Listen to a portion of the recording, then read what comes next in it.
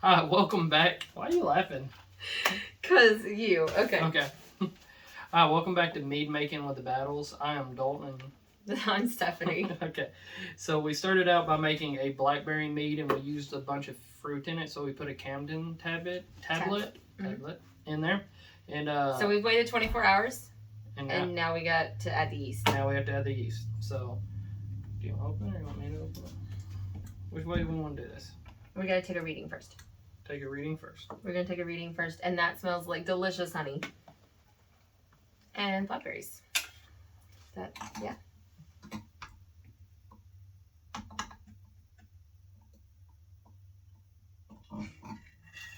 That didn't work out very well.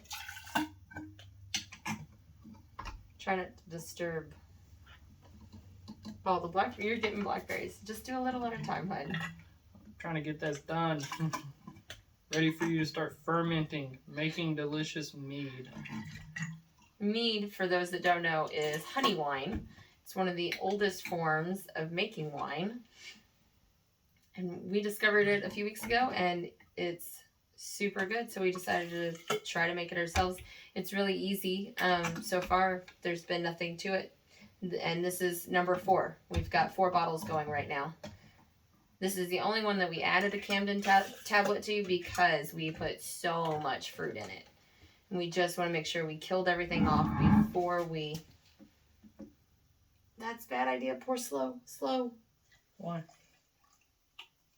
Yes, it doesn't have yeast in it anymore, but you don't want to stir all that up. Gotcha. So it's the only one that we added a tablet to because we put a ton of fruit in this one. We put a lot of blackberries in it, and we wanted to kill everything off before we put that yeast in there. And what those do is they kill unwanted yeast and bacteria. Okay. All right. Trying to be super exact.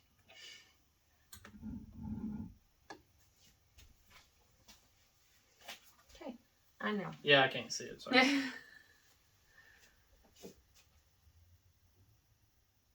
We are at 1.050. So what this is called a gravity reading. You take a gravity reading today, and then 4 to 7 weeks, your preference, whenever you decide that you want to move it to the next stage, called racking, then you take another gravity reading, wait a few days, and then take another one, and if it doesn't change, then it's done fermenting. So then it's safe to rack, but that also gives you what amount of alcohol is in it, your alcohol strength.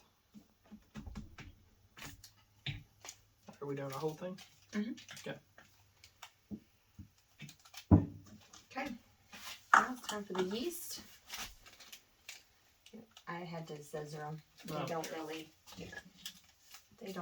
and I don't know why they don't tear, but... So some people bloom the yeast, which is just putting it in warm water and letting it start to activate. We did it on one of them. We're trying different styles to see how it turns out. And this one we're following a recipe somebody did online. And when he put his yeast in, he literally just let it sit like that. He said, do not stir at all, which we find very weird, but... He's the only one that did it that way. Right, so we're going to see how that goes. Okay. So this is called an airlock, and you put it on top to stop anything from getting in there that you don't want in there, and to let all the fermented air out so it doesn't pressure up and explode. Now, we did a beginner's mistake. We poured a little bit of distilled alcohol in there. I'll put a little bit more in there. Well, that was my mistake last time. I put too much and it bubbled over. So I'm Gotcha. doing a little at a time this time. So we put a little bit, or we spilled into the mead with the last one. And I asked a couple groups online, hey, is this bad? And they said as long as you don't get the alcohol level in the whole jar higher than what the yeast can handle, then it's not going to mess anything up. Might slow down the initial process if it kills off some of the yeast, but eventually it's going to catch back up because those things multiply really fast. We didn't put enough in it to harm it because it's already fermenting. It's been doing really well, so yeah, so we're not worried about it. You spill a little bit in there, it's not a big deal. Not a big deal, but this is our blackberry one. I'm loving the color. Cannot wait to try this one. It's probably this one and the peach one I'm jalapeno. And yeah, that jalapeno one looks pretty good. I'm not a spicy person at all, but it looks really good. And then we just wait for the bubbles. Once this starts bubbling, we know, see, there it went. We know that it's relieving the gases, and it needs to continue doing that so we know that it's fermenting correctly. I feel like the little kid off The Incredibles. Come on, do something awesome. But yeah, it looks like it's soaking in pretty nicely. I didn't think that the yeast would do that. I thought it would just kind of sit there and float. And he said specifically, do not stir it. But it looks like it has sunk pretty well. And if you're doing any research into doing this, what I have figured out is that there's 100 different ways to do it. There's no definite right or wrong. So we did 4 total, and we did them all very differently. But all those videos are on this channel. If you kind of want to look them over and just see, but really haven't figured out a right or a wrong way. This is our first, so. And if you have been doing this for years and you have tips and tricks for us, you know, leave a comment down below. Because we're really just, this is our first time and it's just a hobby. So. And it's pretty interesting. Can't wait to start the next step in the process. Racking it, which we will put this in a slightly smaller bottle so that there's less headspace. And from there, it will only take 2 or 3 weeks, hopefully. And then we can bottle it up and we can let that set like that for a while. Yep. For as long as we want.